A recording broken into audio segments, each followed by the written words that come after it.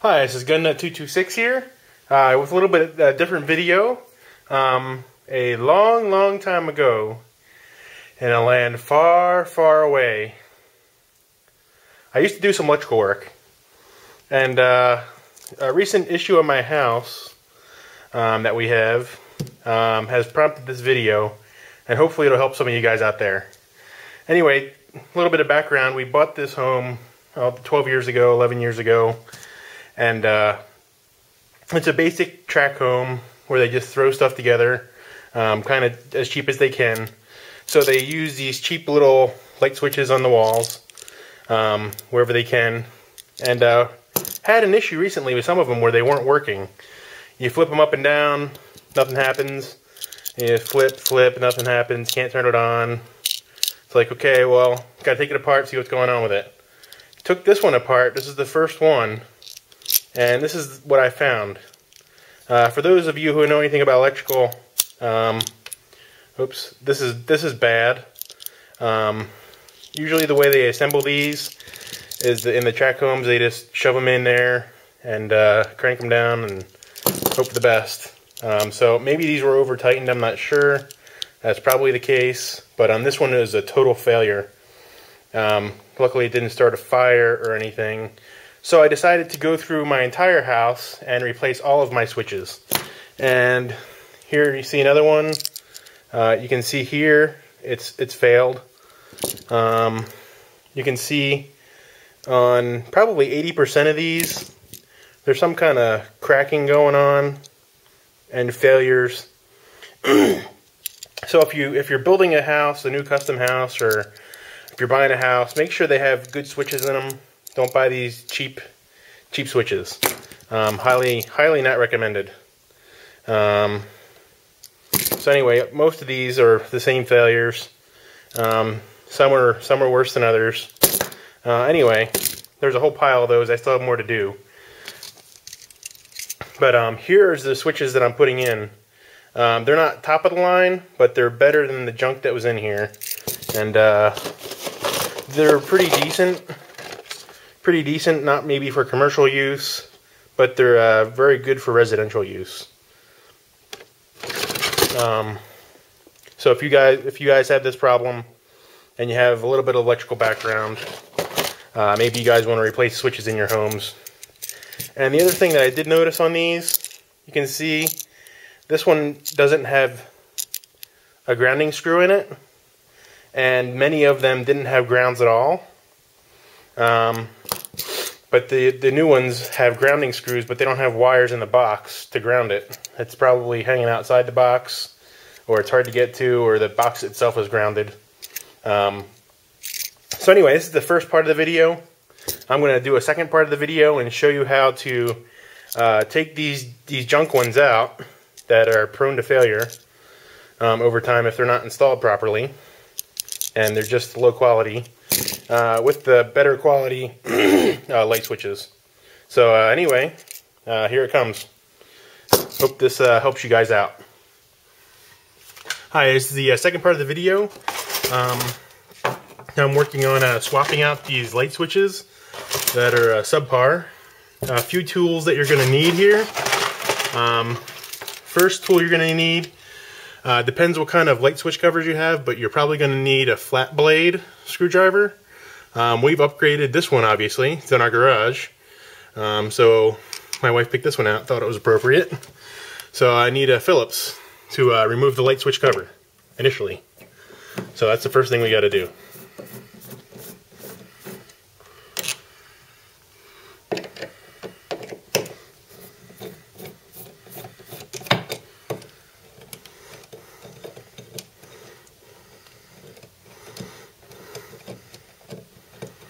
So I don't know what's going to happen with these light switches. This one hasn't failed yet, but I'm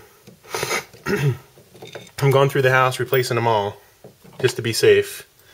You can see it's the cheaper variety. Here's the better one next to it. You can see it's thicker, looks heavier duty. So actually this is the 3-way. I need to get a 2-way, or just a 2-pole instead of a 3-pole. So we're just going to take this out quick. take these screws out. This is a Phillips. There's a Phillips. There should be a box. There can be up to 3 in a row. Typically is the most. What I've seen typically is 3. There's a bunch in my house that have 2 and 3, but I thought it'd just be easiest to show you guys this one and make for the shortest video possible. The screwdriver is not the best. Probably wouldn't recommend it. I just had it on hand. Didn't want to pull out my Craftsman stuff. So there's the bottom one. Take out the top one. And I can already see this one is failed, or is failing on the top connector. So need to be a little careful with it. I'm not sure if the wire is just going to fall out or what. And there it is. You can see the wire just pulled out. Pretty much a total failure. Almost. I just pulled on it a little bit, came out. The top wire was just sitting in there, and it's totally busted now. So here you can see the bottom wire. Looks pretty clean. The top wire is not. You can see the end of that. Let me see if I can get a close up.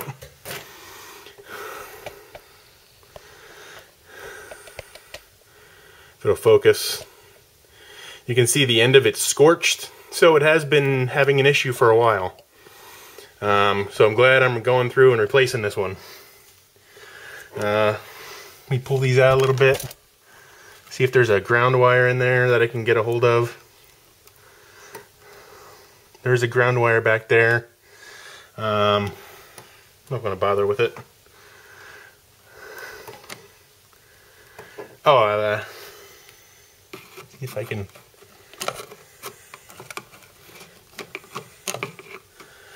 All right.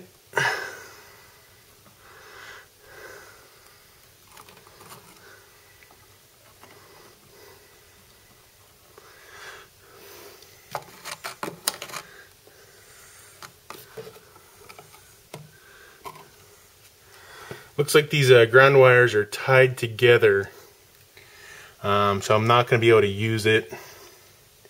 It's basically a feed through. So I'm just going to, other thing I wanted to tell you guys is before you start doing any of this work, you want to turn off the power at the breaker. You go out to the breaker box, turn it off, and there you have it.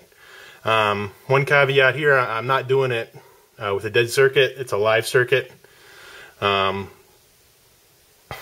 if I turn that circuit off, basically turns the whole garage off. No, it's not. That's not a good deal either. But that's another video. But I needed some lighting to do the video, so and to do the work. I mean, I could do it with the door open or whatever. But this is the way I went. I've worked in the hot box before, so it's not a big deal. But it's not for amateurs, certainly. So when you do this work, you probably want to just go out, turn it off, and do it that way. So I stripped the wire. Here you can see this is a pair of basic wire strippers you can get at Home Depot or wherever. These are pretty decent. If you're going to do a lot of heavy-duty electrical work, I recommend taping the handles. Here are a pair of nice dikes. This is the kind that I recommend. They are the Channel Lock brand. You can see I have previously wrapped them with electrical tape, but over the years it's just worn off and I decided to take it off. So anyway, I'm going to cut away, go get that switch, and hang in there, I'll be right back. Okay, I'm back. Sorry about that. I'm kicking the tripod all over. Here's the new switch. 2 basically, single pole. So install this new switch. Off is down, on is up, and this will be a big improvement in the quality. So first thing we do, I'm using the clamps because I don't want to make shepherd's hooks in these because it's live. It's a little more tricky to do, and this way it'll work fine. It's got the clamps in it. There's different ways to mount it. Typically with these, you would make a shepherd's hook and connect it. You would hook it around in the direction that the screw would turn, it would tighten. So the hook would be twirled up into the screw. Highly not recommend sticking them in there. You can have all kinds of problems. You can see with this one, it's got clamps on it. You could either disregard the clamps and do a shepherd's hook right into there, or you could just go straight in. You can see there's holes there for the wire. Basically, you stick the wire in and you tighten down this screw until it's really secure and it won't pull out. And it's usually good enough. There's serrations and stuff on the inside to make sure it'll grip the wire. So keep in mind this is a live wire, so I'm being a little bit careful because what I mentioned before in the video. So I need to take a little bit more off this bottom one. You want to take enough off, but you don't want to take too much off because you don't want it sticking out at the bottom. And it's really hard to do with the camera tripod in place. So excuse me if I'm bumping the tripod.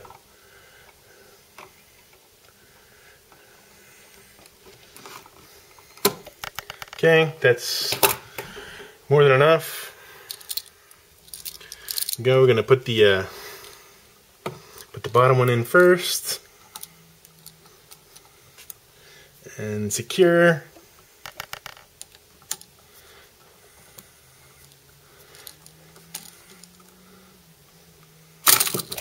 Okay, lost my grip there a little bit. Tripod's kind of hindering my efforts.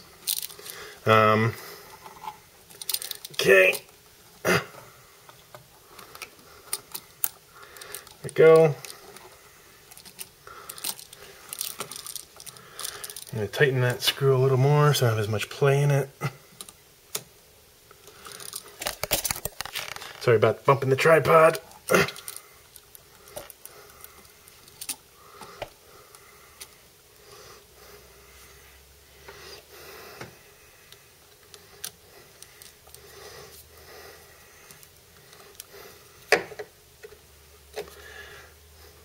Okay, so we're cranking the screw down. When it's tight, but not too tight. Now the next thing that I would normally do is I would put a piece of electrical tape over these two leads so it doesn't really touch anything in the box. And if you do live work, you pull it out, you won't have any danger touching the, hold on a second. Hi, okay, I'm back. Sorry about that. Had my wife come home and the garage door opened and had to discontinue, and I'm back now. Anyway, I forgot exactly what I was saying, but this configuration will work well. I'm not going to put electrical tape because the box itself is plastic, so it's not going to be, I'm not worried about it grounding out on the box or anything. If I was in an industrial or a commercial setting, I'd probably be worried more about it. And to get back there, dig all that stuff out. I'm just going to do this for now. I might go back later and reground it. And see how that works out. Anyway, so I'm going to reinstall the plug now, being careful not to make contact with anything because it is a live circuit. So recommend if you guys end up doing this that you turn the breaker off. Oh, I've upgraded my screwdriver to a Craftsman. I wasn't really happy with the other one that wasn't working out real well, so hopefully this will work out better. And I can already tell there's a huge improvement with the Craftsman.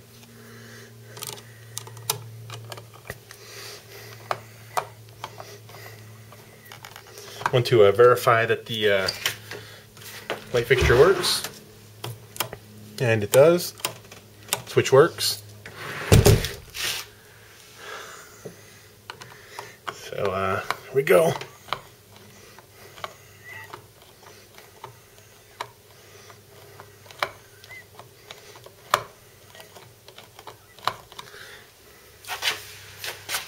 this with the tripod in the way is kind of tricky. Kind of work around it. Bear with me.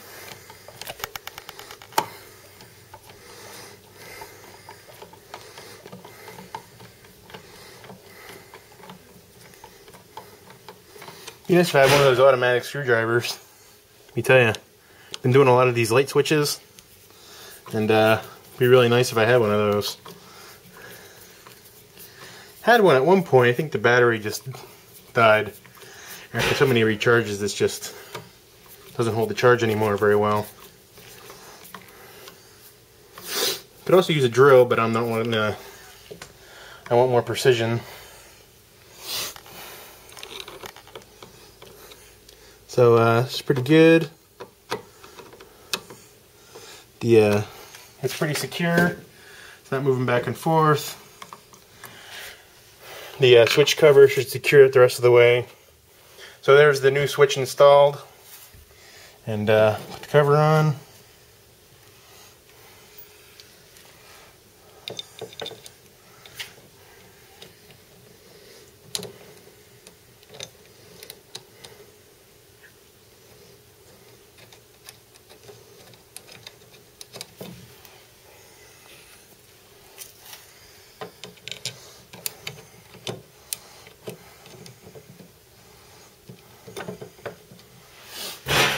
Crank it down. Don't want to make it too tight, but you want it a little bit tight.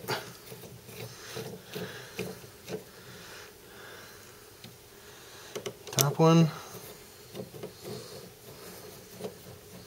There we go. Verify it works properly. Yep, it's got functionality. Feels a lot better than the old one did. Just say again, these are not the best. You can see here it's I got a real problem with these switches in this house. So if you guys have problems with switches in your house or wherever you live, you either get the landlord to swap them out if you're in an apartment, or go out to Home Depot, get some switches and do it yourself. Save you some money on an electrician. It's not too difficult. Just be careful. Anyway, if you have any comments or questions, let me know. You can PM me, and I'll get back to you as soon as I can. Anyway, thanks for watching. Please subscribe.